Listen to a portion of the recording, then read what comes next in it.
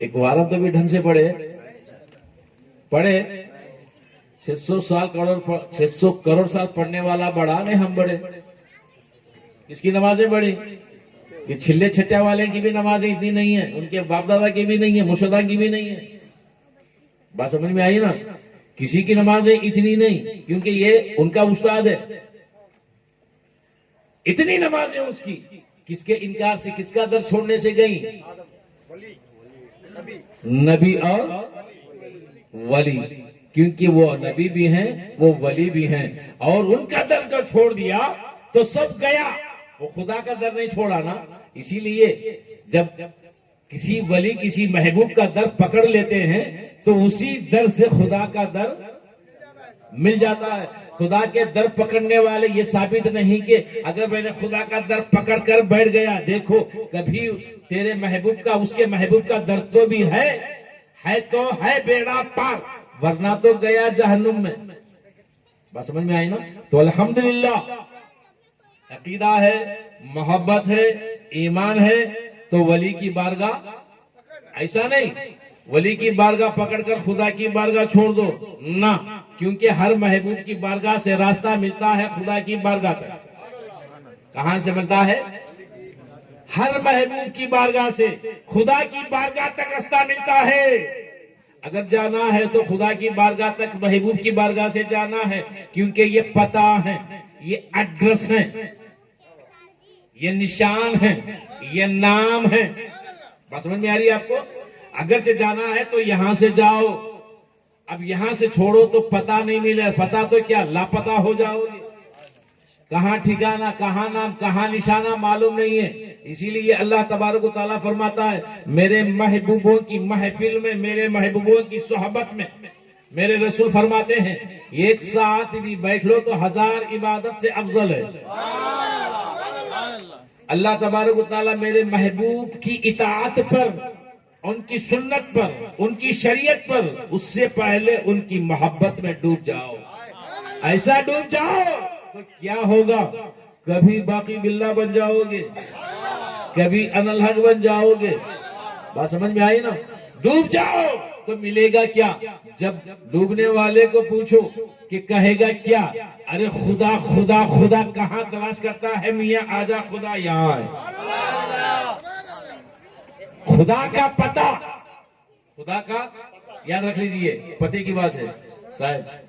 خدا کا پتہ, خدا کا پتہ صرف 2 قدم پہ ہے. خدا کا پتہ صرف 2 قدم پہ ہے.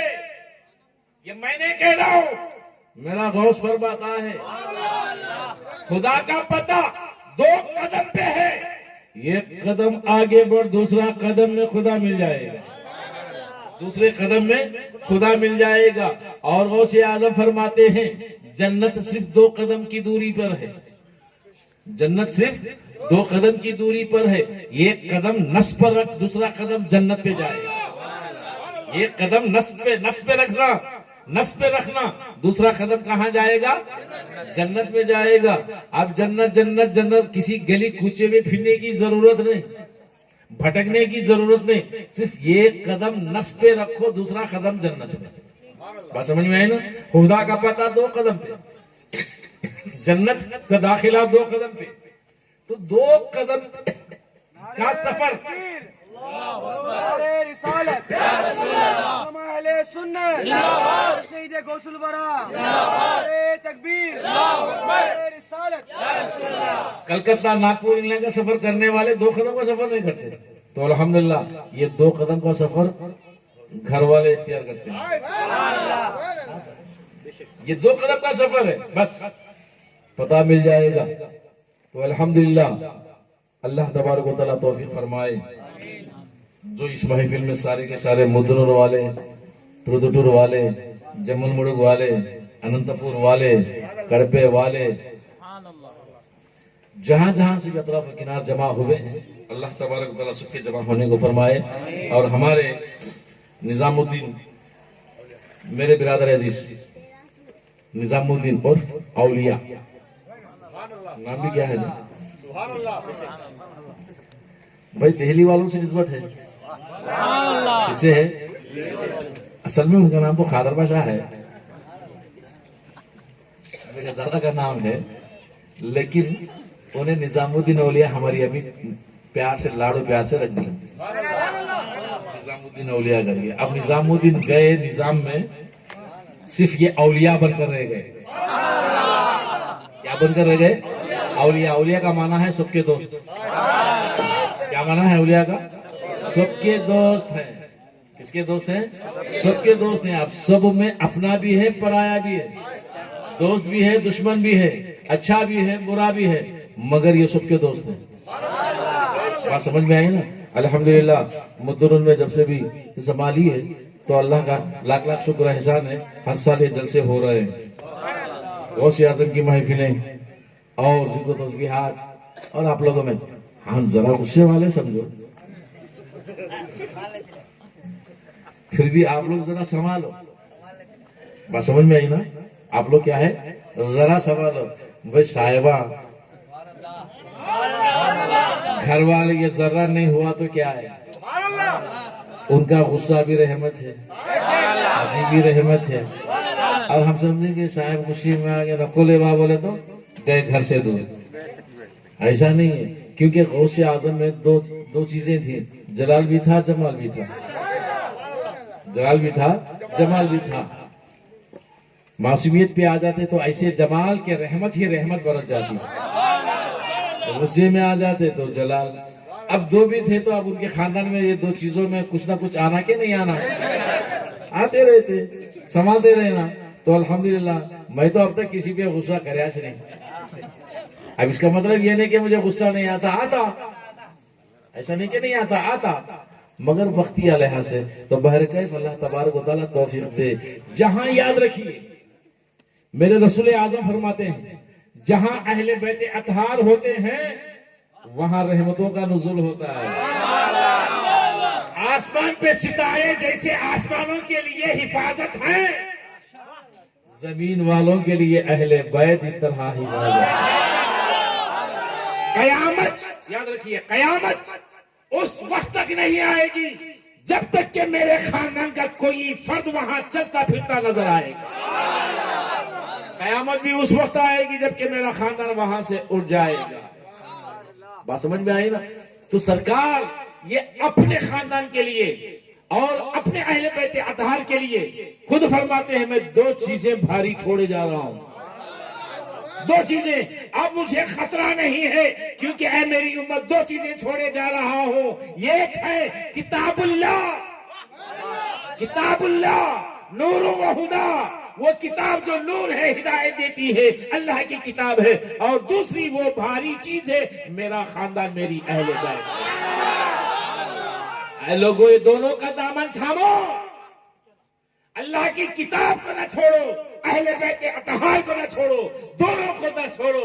بعض لوگوں نے ایسا کیا، کسی نے کتاب کو پکڑ لیا اور اہل بیت کو چھوڑ دیا، کسی نے اہل بیت کو پکڑ لیا کتاب کو چھوڑ دیا۔ یہ دو بھی گمراہ ہیں صاحب، یہ دو بھی گمراہ ہیں۔ کتاب کو چھوڑ کر اہل بیت کو پکڑ لیا، اہل بیت کو چھوڑ کر کتاب کو پکڑ لیا۔ کیوں؟ کتاب اہل بیت سے الگ نہیں ہے، اہل بیت کتاب سے الگ نہیں ہے۔ اہل بیت کی شان کتاب میں اور کتاب کا راستہ اہل بیت میں، یہ دو بھی جب ایک ساتھ ہیں، ایک ہے منزل، ایک ہے راستہ، ایک ہے مقام، ایک ہے نشان، ایک ہے پتہ اور ایک ہے ہدایت۔ اگر ان دونوں میں اگر سے کسی کو چھوڑیں گے سوال ہی پیدا نہیں ہوتا۔ اسی لیے میرے رسول فرماتے ہیں دونوں کو مضبوط تھامو، دونوں کو مضبوط تھامو۔ مر کیا ہوگا؟ میری اہل بیت کشتیے سفینہ نوح کی طرح تمہیں نجات دلا دے گی۔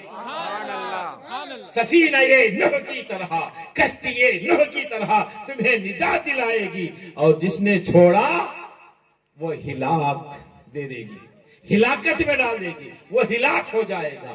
یہ امت کو ہدایت دی میرے مصطفیٰ نے آخری وقت کے حج کے اس مقام خم کی جگہ پر، اور اس اعلان میں کہہ دیا کہ میری امت دونوں کو مضبوط تھامو۔ بات سمجھ میں آئی؟